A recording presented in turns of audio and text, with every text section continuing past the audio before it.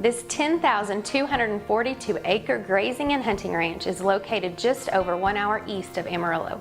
The headquarters are 100% hidden, featuring an unbelievable view overlooking the rich valley.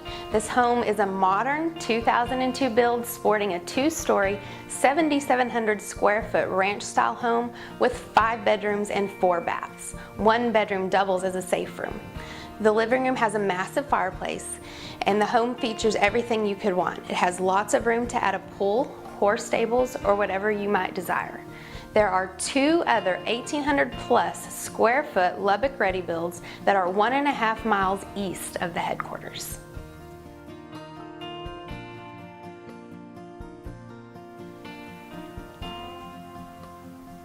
The grazing on this ranch is second to none. The ranch has a highly productive valley of 1,400 acres currently planted in WWB Doll Old World Blue Stem and has 8 center pivots on it.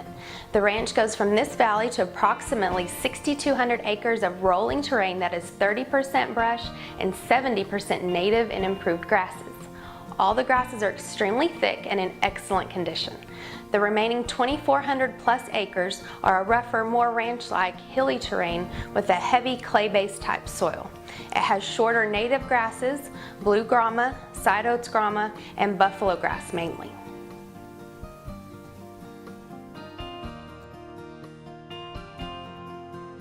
Pasture management has been a forefront priority at this ranch, and the current owner is leaving the ranch in superior condition for its new owner.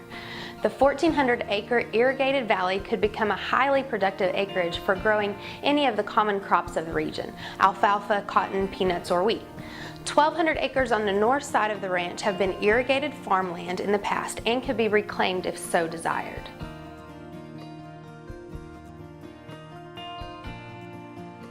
The ranch is well watered.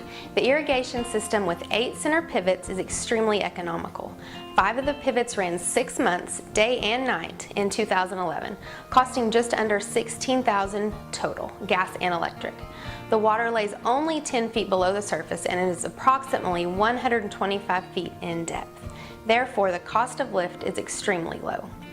Amy Crowell, hydrologist with RMB JGE, did a study showing there's a 52,000 acre-feet of water reserves. She would be available to explain just how unique and economical this irrigation is and will be for many, many years to come. It is truly an anomaly. The way the recharge occurs every time the creek flows, it fills it up. Although the water has been used since the 1960s, it still maintains its level and is still 10 feet from the surface. In addition to the irrigation, the ranch has many wells, troughs, and storage tanks. There are 46 watering troughs scattered throughout the ranch, 36 on the east side of Mulberry Creek and 12 on the west side. There are 5 solar wells that are staggered in strategic locations where there are no water lines. There are 2 windmills and 3 24,000-gallon concrete holding tanks that are set up on gravity flow to the troughs. There are also the combined creeks of Mulberry and Big Sandy that separately flow and hold water seasonally. The ranch has 1 set of shipping and receiving pens and a set of scales that is only 1 year old. These are located in the valley with a storage barn as well as several storage containers, 48 by 8 feet. Plus, fuel tanks are located up the hill along with an equipment barn. This property is truly a hunter's dream come true. The wildlife is unbelievable. The ranch features white-tailed deer, mule deer, antelope, aoudad, turkey, dove, and quail. The property has been enhanced with plains bristlegrass, legumes, and native forbs, making it the perfect wildlife habitat. The amount of cattle watering troughs scattered throughout the ranch help it make a perfect situation for wildlife not to have to travel far for water.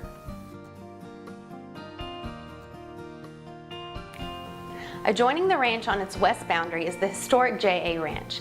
There are literally thousands and thousands of acres to the west and over 60 miles of ranch land to the south, with literally thousands and thousands of acres. To the east is the Red River and the entire Red River Basin area.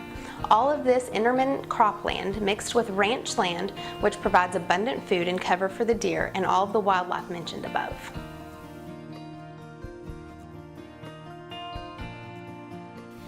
This area is one of the best remaining quail habitats left in the United States. The owner has spent years making it a quail hotspot. Wildlife has gone unhunted on this property for the past 12 years. With the 7,700 square foot home on this property, the ranch could be turned into an ideal hunting lodge. Really, come take a look at this ranch. It's one of a kind.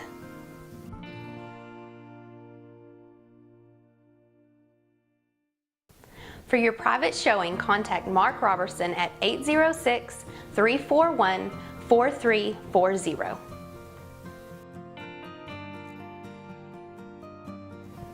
Hi, I'm Amy Kroll. I'm with RMBJ Geo, and we were tasked with evaluating the water on the Knox Ranch property near Bryce, Texas. Okay, so if you wanted to compare this aquifer to other aquifers in the state, you would need to compare it more to the Edwards aquifer down south, or one of those aquifers that you use water out of it and then as it rains that aquifer can fill back up, rather than to the aquifers like the Ogallala up on the Cap Rock where you use water and the trend on those is to just be steadily downward in the water levels. The reason there is on the Cap Rock, a lot of times the water is 300 feet or so to the water with layers of caliche and clay, so that the recharge has a very hard time getting down there, and sometimes it's just impossible. Whereas here, it's more like 10 or 15 feet to water, and it's just sand over it, and it's in contact with that river where it can get lots of good recharge. And so this is more of the long-term rolling water level trends like you see in South Texas, where you use a little bit and then you get a wet year and it fills back up. The great thing about that is we have all the data to back this up. We found records from the late 60s where the water level then was exactly the same as it is now, and he reported that he had irrigated 125 days the year before. And so we know that it's been in use that long. We know the water levels are basically the same as they were. And so having all of this data that we put into this report and gave to the realtor has just made this a great project, because we had all these things that we thought about it, and we found all of the documentation and the proof on the ground to back it all up. And so that's been one of the coolest things about this project, besides being able to just see the stewardship of this land and this property out there. They have just done a fantastic job of setting this up as something that can be used, you know, at this level for a long time. And, you know, even if you wanted more use out there, because of how much storage is in, you could probably even up the use some. The other thing that we wanted to talk about was the difference on the property of this part that's down in the bottom by the river and the part that's up on the flat Cap Rock, which used to be irrigated also. And if somebody wanted to look at bringing that back into production, they could certainly explore that. And if that production started up on the top, it should not affect at all this production on the bottom, because those are out of two separate aquifers. And so that is another thing that makes it nice and diversified, is you've got two separate pools of water that you can look at there. We did not study the water on top because it was not in use, but it is in a separate aquifer. The stuff on bottom, however, we do have in this report records from back in the 60s that show that this has been going on that long, and those pump heads are probably that old also to prove that. I'm a hydrologist, but my area of specialty is actually hydrogeology, which is specifically the study of water that is stored underground in aquifers. And so if you wanted to compare this aquifer on this ranch to other aquifers in the state, it would much more closely relate to the aquifers in the South Texas, like the Edwards, which are used and then fill back up with recharge whenever there is rain. This is not the same type of sand and gravel aquifer as like the Ogallala. In many places, the Ogallala is overlain by 300 feet or so of material, sand, and even layers of clay and caliche, which make it very hard for water to recharge.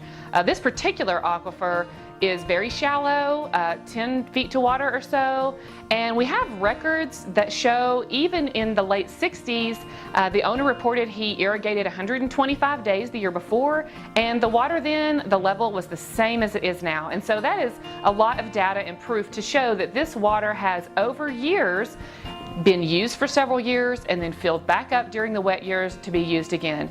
That's such an amazing way for an aquifer to work, and such a valuable thing to have on a property. This particular aquifer can store about 52,500 acre-feet of water in it, which equates to about 17 billion gallons of water. And so it's a small aquifer as far as comparing it to something like the Ogallala, but it's a nice large storage for the amount of acres that it's irrigating there. It'll give you several years worth of storage. The other thing that's really great about this property is that there are two separate levels, the part that's down by the creek that's kind of lower elevation, and then the part that's up on the caprock that's nice and flat. That part used to be irrigated too up on the top, but it isn't anymore. The stewardship that they have used to be forward-looking, they've only been irrigating the stuff on the bottom. But if someone wanted to irrigate on the top, they could do the studies and figure out if they wanted to turn that back on, and if they decided to, it would not affect the irrigation that's going on down by the creek. Those are two separate aquifers and would not affect each other. The production out of them would not affect the other one. And so that's another thing that's a great diversified part of this ranch. There are two separate aquifers, and things have been managed so well that somebody should be able to come into this ranch and just step in and take over with the stewardship looking forward. They've just done a fantastic job, and this has been a unique project.